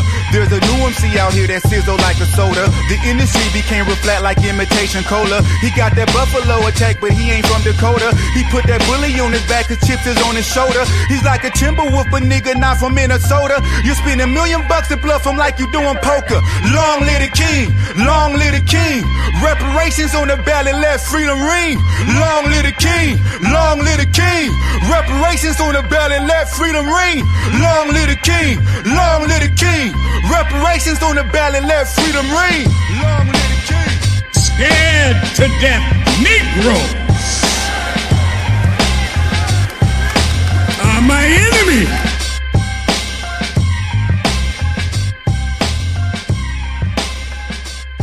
You just step in their necks.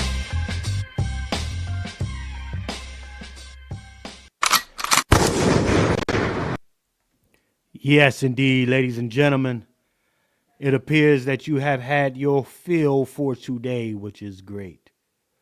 Okay, so we appreciate y'all. No more contributions, so we are done for today. I want to get my last thoughts from the brothers here, man. Excellent. As far as I'm concerned, it was still a pretty solid broadcast, Brother Q. You know, and it was. I think we came with it today. But let them know how they can get a hold of you. Anything you got coming down the pipeline, and your last thoughts here, Brother Q. Just look out for some more content, hopefully, within the next couple of days. Appreciate all the support. Appreciate everybody always supporting the channel with the likes, with the shares, with the subscriptions, and understand that what we do here with Pat Talk is serious. We ask for more brothers to get involved. Definitely get more brothers to get in the chat to speak on, because men move accordingly. That's right. And for the sisters that continuously show us support as well, have your sons, have your uncles, have your brothers join into the discussions. We all have our emails up here. If you want us to talk about certain topics, we'll be more than willing to address those topics and give our input on those topics. We're not experts. We're just living the man experience in America. So we know from our own personal experiences what we could bring to the table and try to solve some of the issues that, let's be honest, it's plaguing the Black community. And we're not moving forward. We're not moving forward. And sometimes when you take a pivot, sometimes you're just pivoting into a different direction, but you're still not moving. Right. So with that, like I said, appreciate all you guys, and know that it's a big you in your hood. And when you talk Thank to you. people that come from that lifestyle, grab them by the hand and tell them, don't straddle the fence. Mm. Because the universe, as they say, will expose you. With that, I'm out. Shout out to our brother Q, man. Let's talk too, man. Again, you'd like to support our brother as well. His cash app is there. $L Talk 5600. You want to support our brother right there, Q from Let's Talk Too. Make sure you go and subscribe to his platform as well. Brother Juan J. Johnson, sir. You got the last word, man. Let them know what they can expect coming down the pipeline from you, sir. You got the flow. You can expect more content. Yeah, more content. Again, I'm not the one who like to talk. I like to listen. And I feel like I'm being thrust into this talking era. Because there was a time when I would talk, but I've just been chilling recently. But you'll see more content. And trust me, when I share my opinion or my thoughts, a lot of stuff I'm sharing because I've seen it. Okay. Me being a firearm instructor after giving almost 30 years to the police department was intentional. Say this again. Me being a firearms instructor after leaving the police department was intentional because there's a lot of big U's out there. Come on. Okay. With his crews who have been preying on our community. So a guy like me is an instrument for righteousness.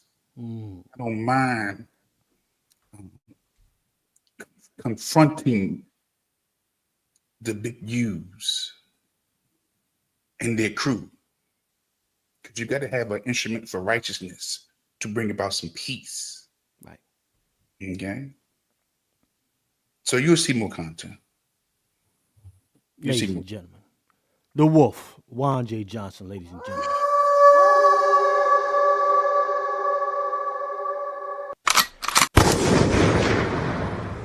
Yes, indeed.